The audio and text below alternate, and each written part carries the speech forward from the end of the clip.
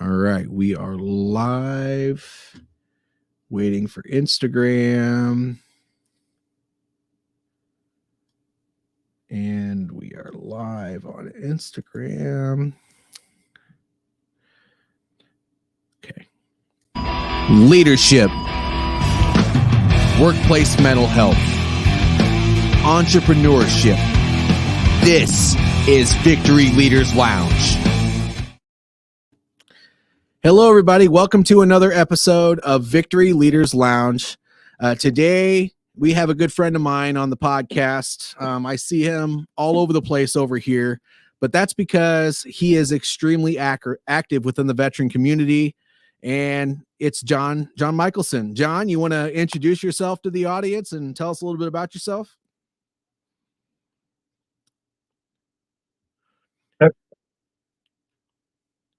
I'm hearing the delay. Oh, okay. Yeah. If you wouldn't mind, could you tell us a little bit about yourself?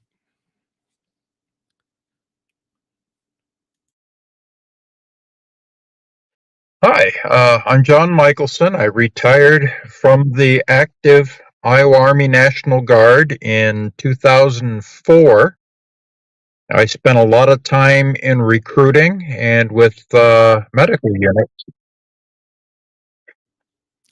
Excellent. And John, this episode is about how to support veterans. Could you tell us a little bit about what you're involved with and maybe a little bit of background on how maybe the non-military person could potentially support some of those efforts, or just some of the main things that are going on in the community and the world right now? So when I left the Army, I went back to college and worked with the University of Iowa's student veterans involvement and started a group called Student Veterans of America because nobody has a monopoly on good ideas. We found that colleges and universities, not just in Iowa, but nationwide, could share ideas and help schools do what was right by their veterans. In 2013, I left the university and stood up a nonprofit called Midwest Military Outreach, which continues to this day. We have a few sub-entities working, like the Community of Artists and Veterans, or Squelch Theater, or the new Art Corner at the Iowa City Veterans Liberty Center. So, we're trying to reach veterans and their families where they live, when they need us, with what they need as locally as possible. Thank you for saying all that, John. And I know that there are not just the Liberty Center, but around in different communities all over the country, there are DAVs, Disabled American Veterans, American Legion.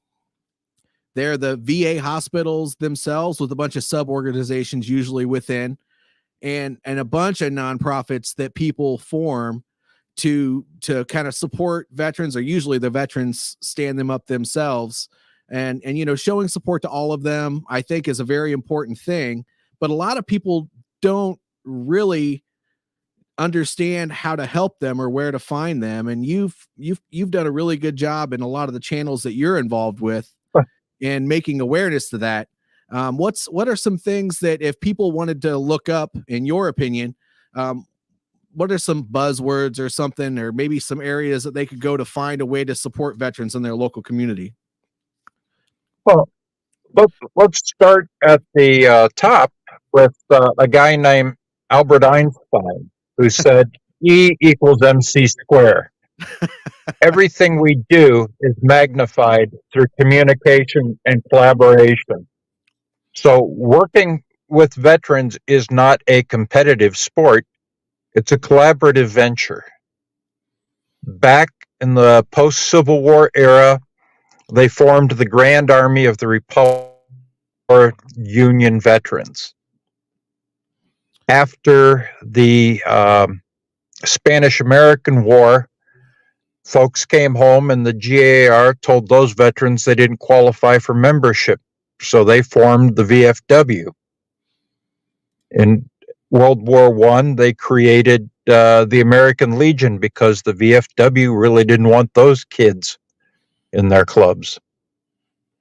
The AMVETS formed after World War II, the Vietnam Veterans of America. But as the older generations started to die out or become less active, we've gotten smarter that a lot of. Well, we lost him there for a second. So John, he'll be back in a second. But John is really big into all of these things. As a matter of fact, there are a lot of things that are going on in DC, including the Richard Starr Act and a bunch of other programs that we're trying to get passed through the DAV, the Wounded Warrior Project, and all of those things. And John was over there. Hopefully, we get to talk. Oh, he just came back in. Let's get him up on I'm back. stage. I'm sorry. It just No, you're fine. Hey, you know what? kicked me out. Technology works until it doesn't. That's right. And that's okay, because we have become very technologically dependent. And a lot of those service organizations I was just speaking of are starting to fall out of favor because people don't go out to socialize. They stay home and work with Facebook and LinkedIn and Twitch and all these other things. So again, meeting veterans and their families where they are, we post a lot of things to Facebook. We try to set up things that are local. We organize things and then go somewhere to accomplish them. Wounded Warrior Project is a great one for setting up families going out to the movies or going out to dinner. Because we can get together. We take a month or so to set it up, organize it, pay for it. But it's all done online till we're actually there. You mentioned the VA and all its subcomponents. The VA is every bit as big as the Defense Department. And you have the Veterans Benefits Administration, the Veterans Health Administration, and the National Cemetery Administration. And there is a chasm between veteran benefits and veterans health that we are working very hard to train the next generation of voc rehab counselors to straddle that chasm so that the benefits for disabled veterans don't get lost in the minutia. And that's really difficult because, it seems like though the issues have been same since probably a long time before the Vietnam War, but they really started addressing things after the Vietnam War about all of these invisible problems that are going on with veterans, like post-traumatic stress disorder, TBIs, and all of those major issues.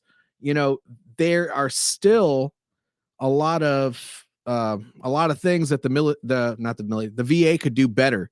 I know we talk a lot in person about how the first thing that happens is they put them in with a counselor, or they slap medication at them. And we're starting to learn that community, like what you mentioned in the beginning, is really the first way to combat a lot of these problems, instead of just handing medication out like Skittles and M&Ms.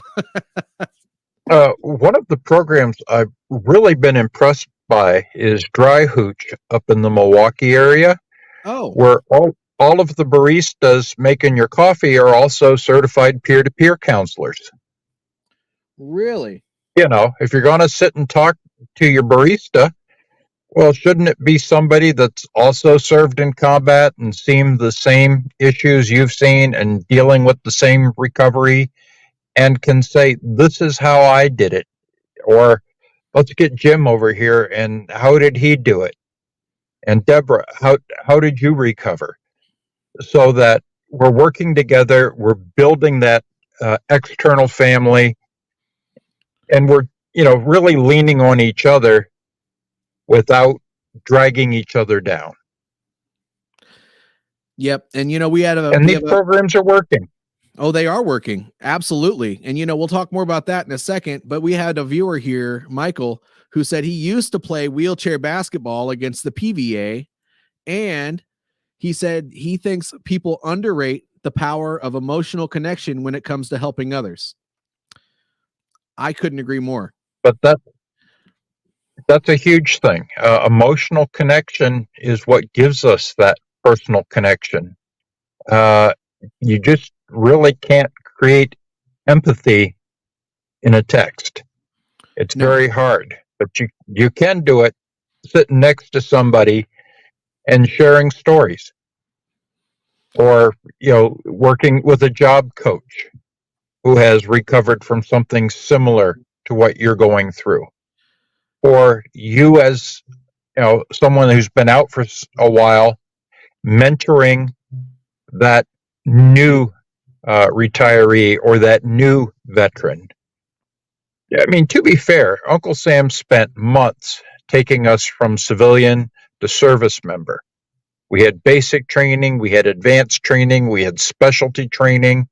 We lived that environment for years, and we got the TAP class on the way out the door, which, it's just not quite enough. You need to get back into the community and have community members tell you, welcome home, and this is how we do things here, and let me help you, let me introduce you to somebody. Let's the veterans networking events that are starting to pop up again in eastern Iowa and Davenport and Muscatine, Clinton, the Cedar Valley, and up in Ames.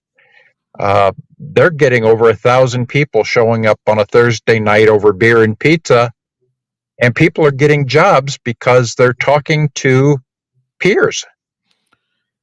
That's true. You're absolutely right. I mean, you can never underestimate the power of community. It takes a community to really make anything happen. And, us veterans who serve so long, if we don't get that community behind us when we first get out, we are used to having all of our resources at one or two locations and be able to go and get the help when we need it when we're on active duty. By the way, our housing is paid for, our food is paid for. We don't really want for anything because they want us to be able to do our job.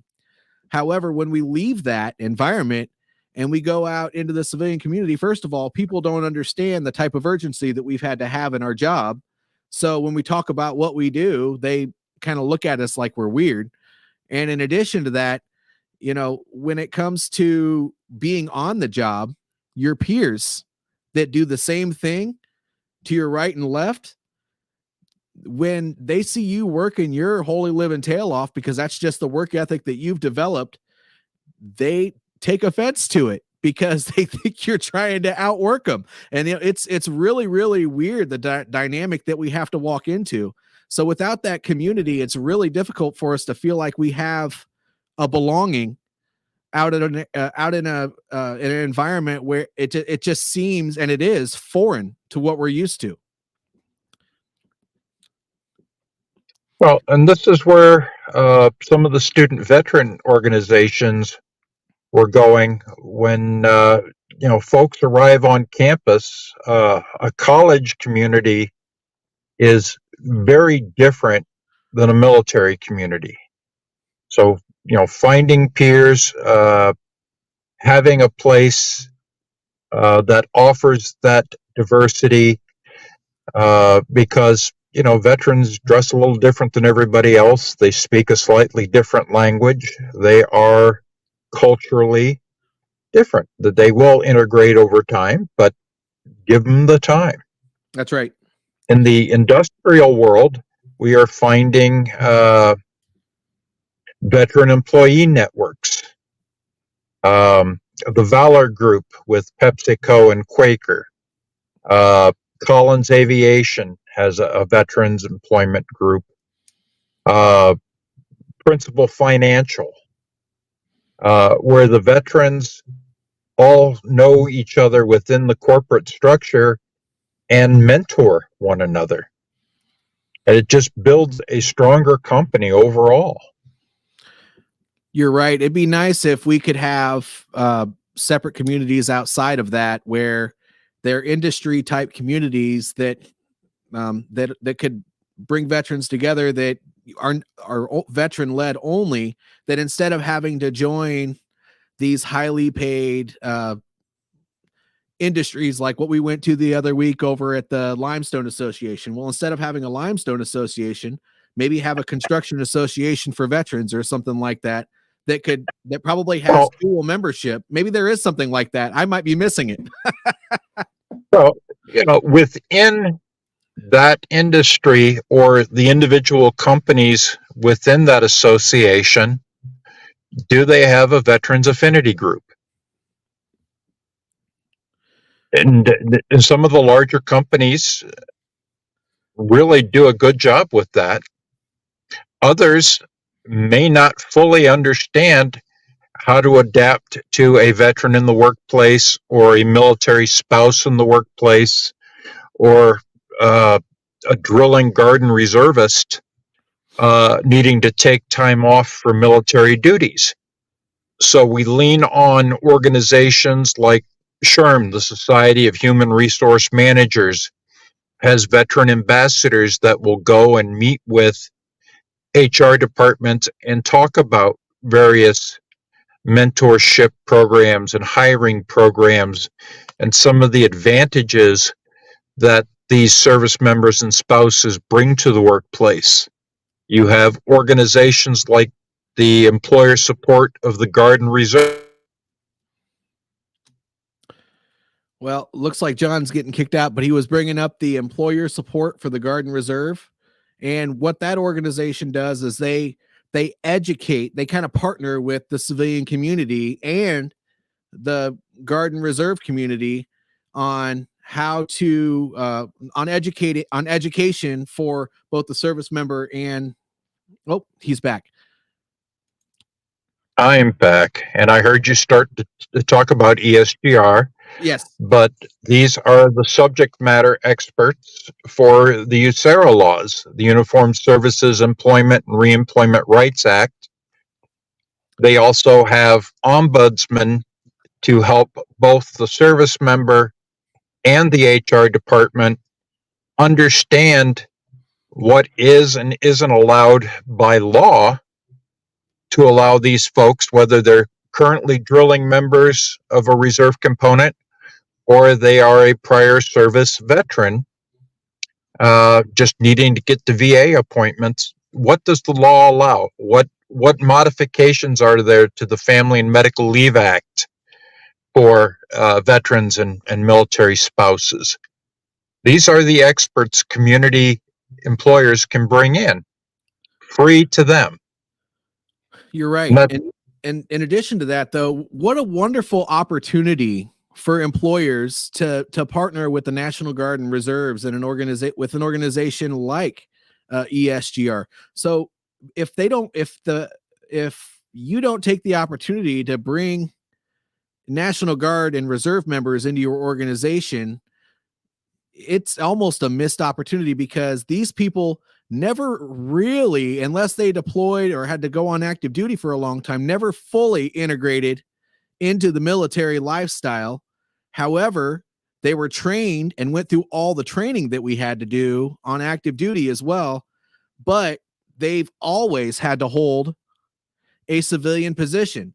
So these employers that are out there, what they don't understand is that these guys that are in the National Guard and Reserve, they get all of the leadership training, all of the ethics training, all of that additional stuff that they would normally have to provide those people on the job for free, and the company doesn't have to even pay for it.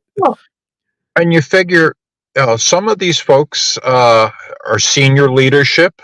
Mm-hmm.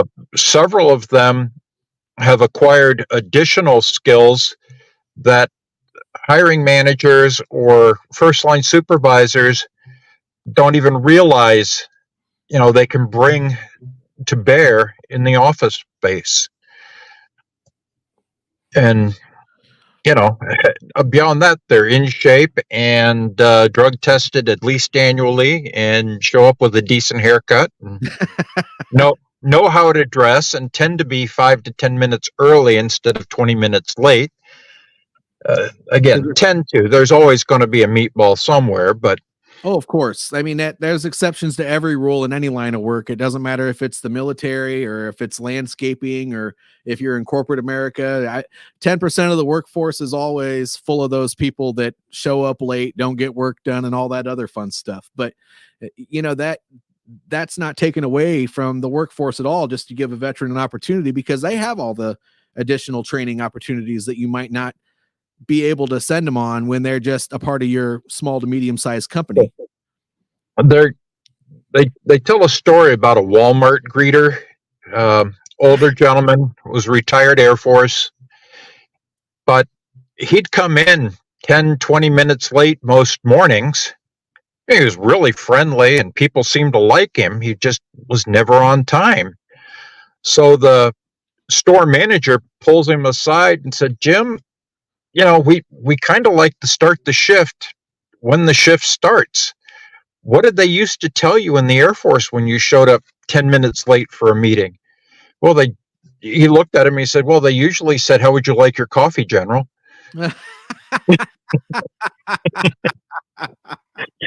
So, even at the top, they got to do something new when their service time is over. Yes. And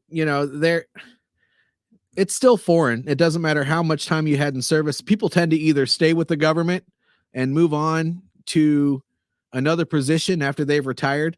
But I hate to say it, that may be the comfortable place for us to go, but there's no guarantee with that unless you have an in somewhere. It's really, really difficult to get that government job.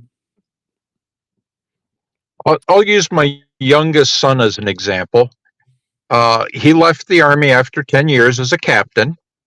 His duty assignment was company commander for a forward support company. So he was responsible to an infantry battalion, making sure their strikers had food, fuel, ammunition, repair parts. He had tow tanks to bring the strikers back to fix. He always had spare tires and whatever else they need to keep those folks moving. When he left, he went to work for Love's Truck Stops, and he's the operations manager for 3 of them. Wow. Because people still need food, fuel, tires, nuts, bolts, parts, and you need to keep all those teams working 24/7. Yes, sir. Same skill set. Correct. Yep. We might have executed it a little bit differently on active duty. We have a base where we have to run all those things through, but at the end of the day, when we have to report the statistics on all this stuff to our boss, they're all the same calculations. They're all the same slides. They're all the same everything that we have to brief. And tracking that stuff in the civilian world is no different than the military world. Right. Supply chain management is a critical skill. Yes. Basic infantry leadership is project management. But every squad leader and above has to backwards plan. All right, if we have to accomplish X objective by this time frame, what do we need to do to get to that point? Is everybody fed? Does everybody have ammunition?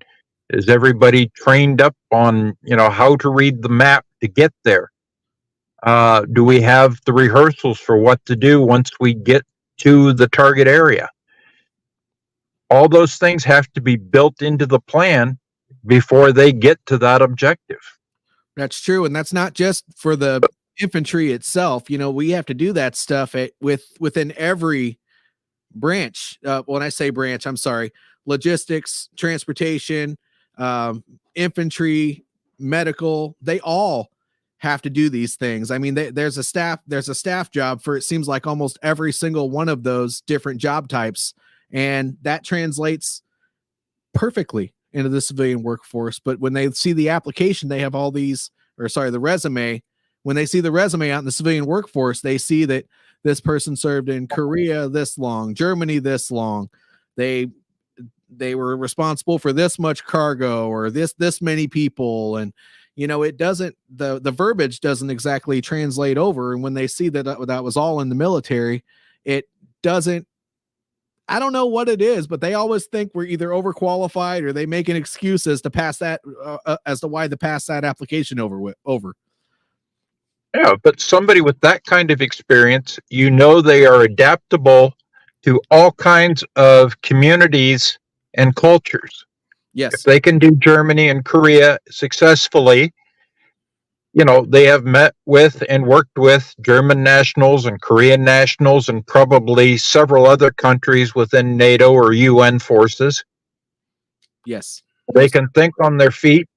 They were able to accomplish things. Translating Army to English on a resume is one of the services we offer at Midwest Military. Okay. Just because, the military offers every skill set you can imagine except hairstyling and farming. When I was a supply sergeant, I was issued a barber kit. We did our own out in the field because we didn't have an assigned barber. Iowa, Texas, Illinois, and a couple other states put together agricultural development teams by going through their ranks and finding out who is a 4-H instructor, who has an FAA chapter in their high school, who's a successful farmer, who's a successful rancher, and sent them to Afghanistan to bring them from the 13th to at least the 19th century in farming techniques and teach them to grow something other than poppies so they could feed their village. Oh, yeah. Because we had the skills. They were all hidden in the Garden Reserve, but we had the skills. And as service members, they were able to translate those skills into lessons for the locals and teach in that culture, in that language, in that environment, because that's what was needed in that moment. Oh, wow. I knew that happened. I just don't think I ever knew that that's where those people came from. Sure. That's interesting. General Bartfried in Ames had the 734th Agricultural Development Team. Yep. Took a bunch of my friends who, were FFA and 4-H people. Wow. Well, John, we're nearing up to the 30 minutes here. Do you have any, because I try to stick to about 30 minutes. Do you have any closing messages for both mine and your audience here? Well, again, I do a lot of work in eastern Iowa or in the northern Midwest. But I understand you have listeners on both coasts and along the southern border and elsewhere. Look for veteran supportive agencies, Liberty Centers, Freedom Centers, whatever they want to call them, drop-in centers. Make yourself known. If you're looking to hire people, there are people there probably looking for jobs. If you have a college or university in your community, does your company have positions they can mentor up and coming students? I mean, we promised these kids money for college if they enlisted. Well, now they're out and they're going to school. And being a student is not an end state. It's just a transitional one. Mm-hmm. But having a job, that's important. And they want to know there's people like them that want them. Yes. If you are struggling, reach out. If the local AMVETS or VFW aren't your bag, check in with the Wounded Warrior Project. They have some great peer-to-peer counselors. Look into the VA vet centers. They're not affiliated with the health department, the Veterans Health Administration, but are freestanding mental health and behavioral health centers that offer group counseling and individual counseling. Choose to become involved in the employer support of the Guard and Reserve and support the companies that are supporting our troops. Use the skills you have to help others. And remember, everything we do is magnified through communication and collaboration. Talk to your friends. Ask questions. There are no wrong doors. It's a good message, John. Thank you for sharing all that.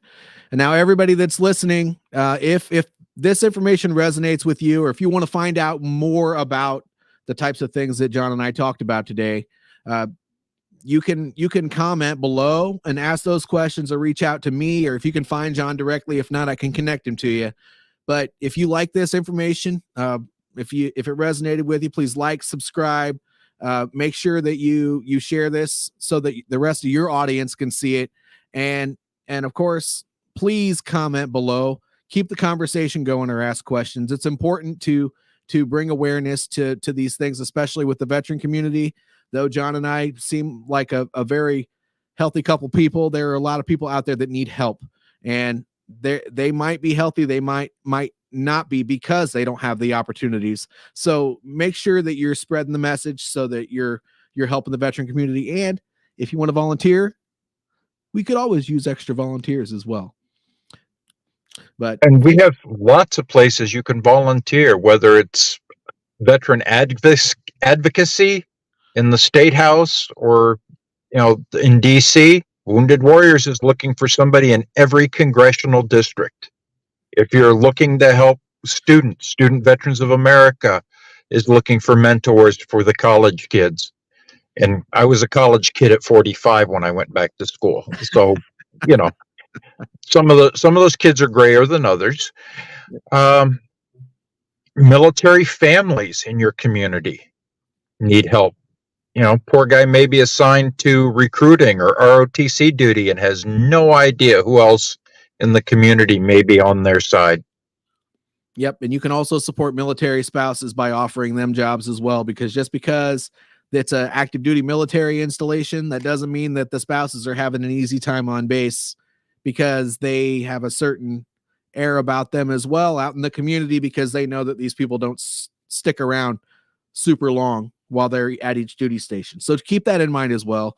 The whole community could use a little bit of support, just like I'm sure the civilian community, I know for a fact, they also have a lot of points where they need help in volunteering with their different organizations as well. But this is specifically about veterans. This call, we will have more calls about how the civilian community can also use some support. But thank you for coming on the call, John. Always happy to help. And it's always a pleasure talking to you, buddy. All right, everybody, you have a good day. Take care, all.